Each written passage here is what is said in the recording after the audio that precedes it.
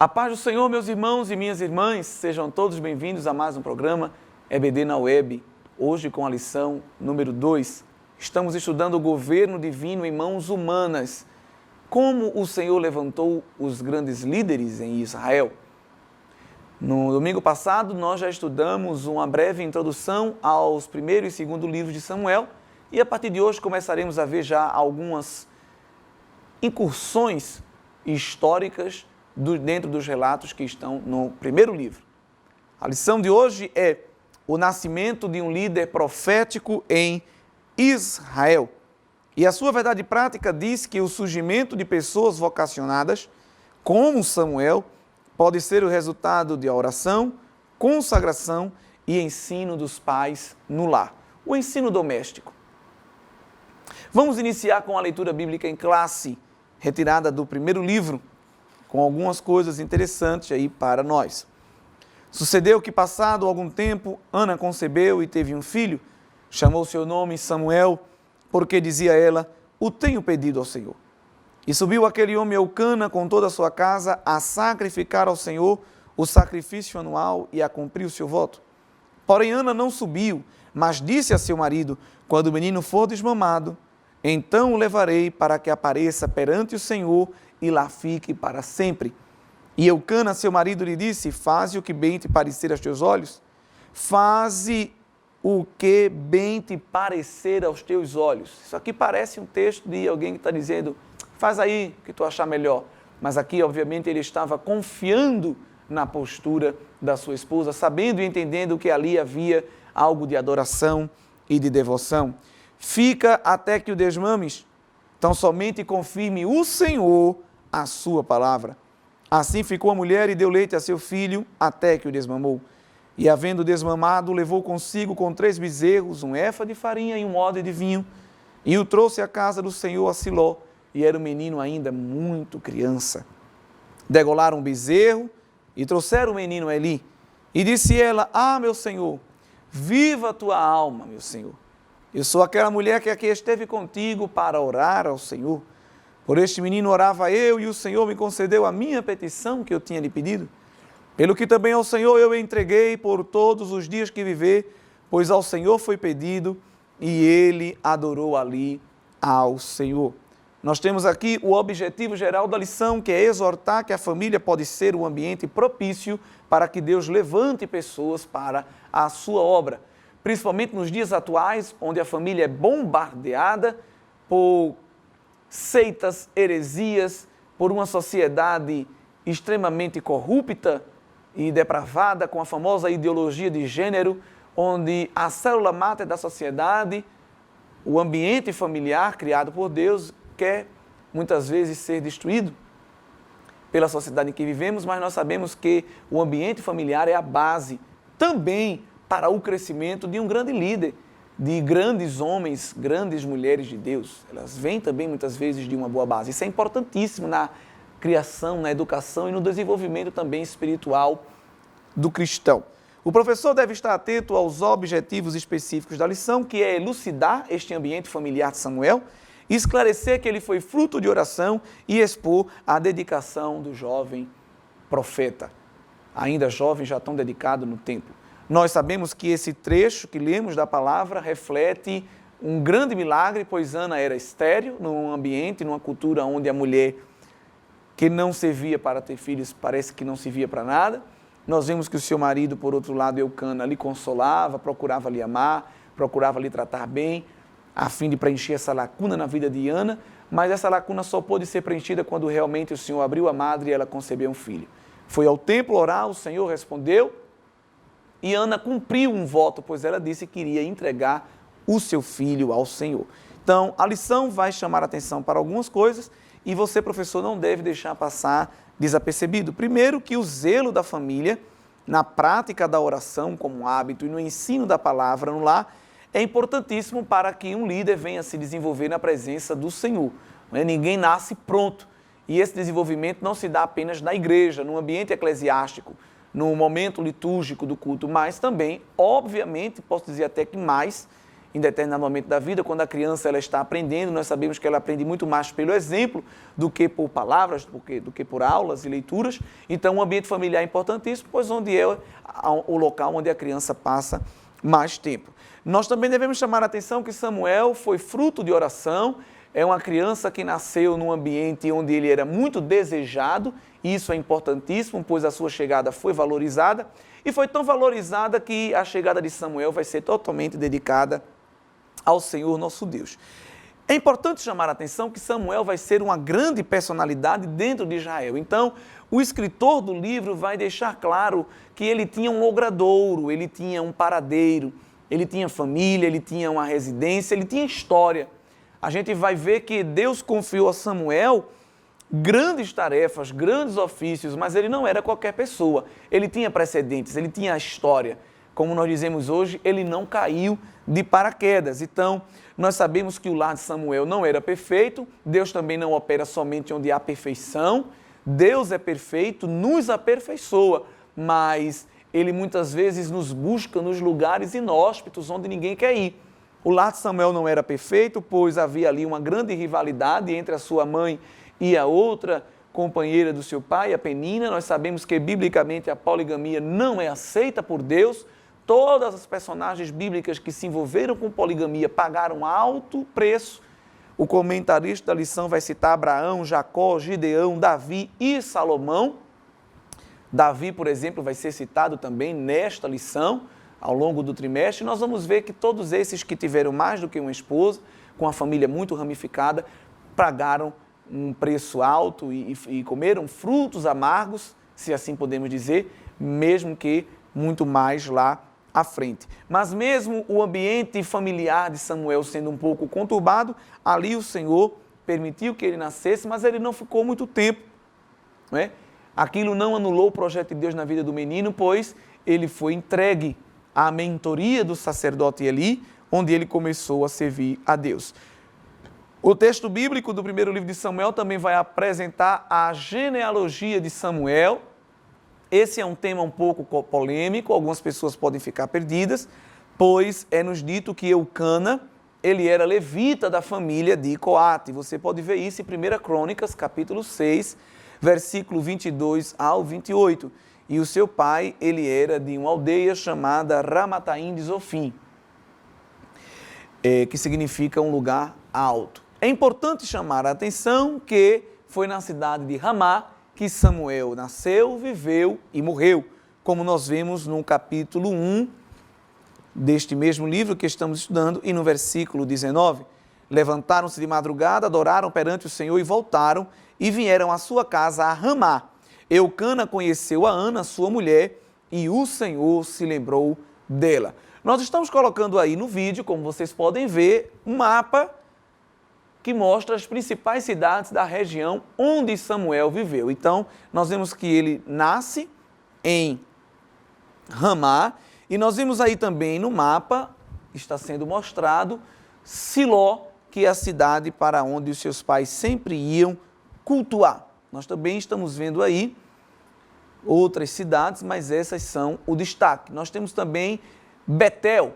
Betel estava a 18 quilômetros de Siló, que era o centro de culto, o centro religioso da nação naquele momento. Então, havia uma viagem aí de 18 quilômetros entre Siló e Betel, e era justamente a Siló que os pais de Samuel iam todo ano. E foi lá onde ele foi entregue para servir ao Senhor aos pés do sacerdote Eli. Tem uma outra figura onde você pode estar vendo melhor este mapa, relacionando ele com as demais tribos de Israel, e são ferramentas importantíssimas para que você, professor, e os estudantes da classe da EBD possam se situar, porque às vezes nós temos que abstrair, falamos a cidade, mas nem sabemos situar se era perto, se era longe, e aí você pode utilizar essas ferramentas para ilustrar o ambiente geográfico onde Samuel nasceu e viveu, onde ele exerceu o seu ministério. É importante chamar a atenção também que ele foi juiz, sacerdote e profeta. Alguns comentaristas vão até tratar um pouco desta polêmica, se ele era ou não da linhagem dos levitas. É importante chamar a atenção que o comentarista da lição no seu livro, O Governo Divino em Mãos Humanas, que é um livro que todo professor deve adquirir, pois ele traz um conteúdo que embasa de forma ainda mais profunda a lição, ele traz diversas citações para explicar a genealogia de Eucana. Por exemplo, ela é mencionada até a 4ª geração e é um nome recorrente na lista dos descendentes de Coate. 1 Crônicas, capítulo 6, apresenta Samuel como um levita, mas como ele sendo efraimita, da tribo de Efraim, como ele pode ser levita se não era da tribo de Levi? Mas é importante chamar a atenção que Belém também é chamada de Efrata no Antigo Testamento, e efraimita pode indicar um membro da tribo de Efraim ou um belemita, pois havia ligação entre os levitas de Belém e aqueles que habitavam na região montanhosa de Efraim.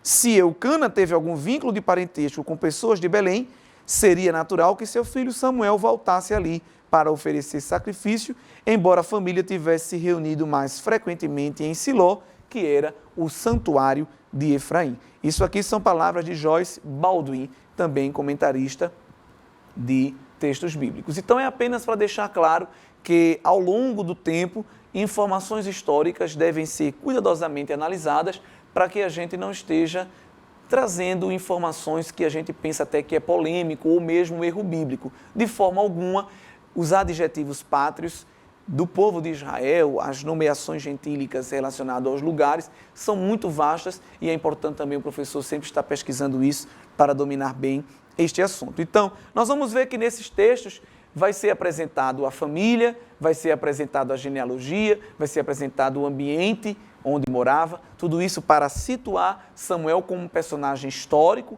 real, que teve a sua participação na linha do tempo. E a sua família era uma família piedosa, era uma família crente, pois anualmente ia entregar um culto ao Senhor.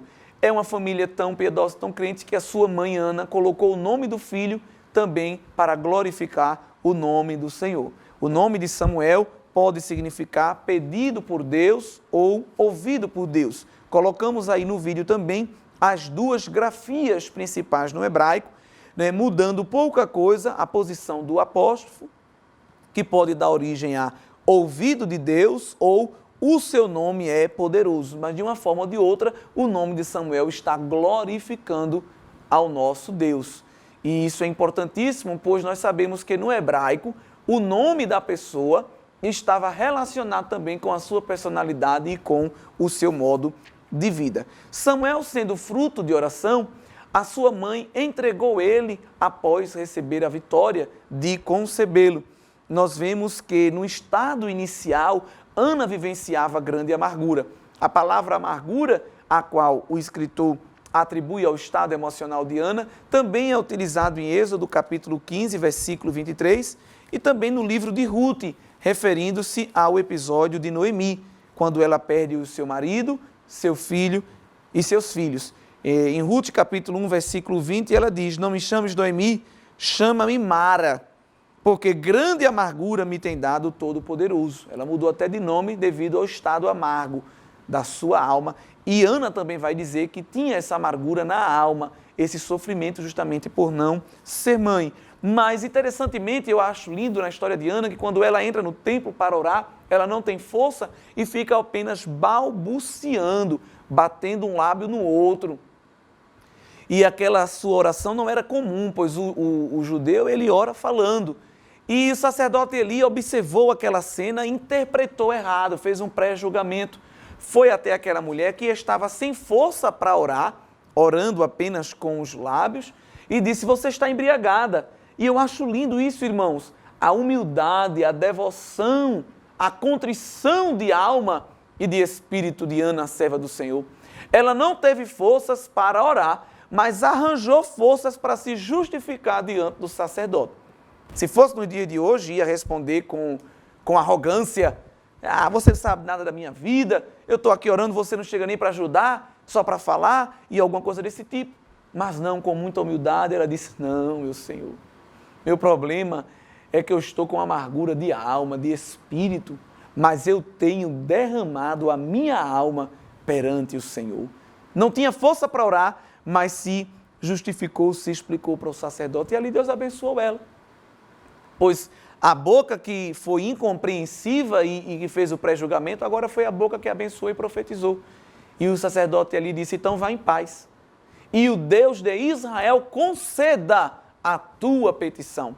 E poucos anos depois, Ana estava voltando para Siló para entregar o seu filho, pois ela fez um pedido, ela fez um voto, e o voto de Ana foi um voto duplo. Que voto foi esse? Ela disse, olha Deus, se tu me deres um filho, ele vai trabalhar aqui no templo, eu vou entregar ele como um levita, e ele também vai ser nazireu de Deus.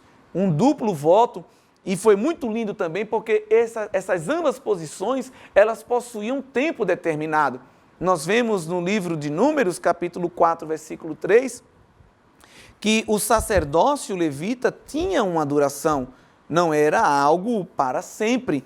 Isso está na Bíblia e é importante você, professor, citar quando nós vemos que da idade de 30 anos para cima até aos 50 anos será todo aquele que entrar neste exército para fazer obra na tenda da congregação. Então o sacerdócio levita, ele devia durar até os 50 anos.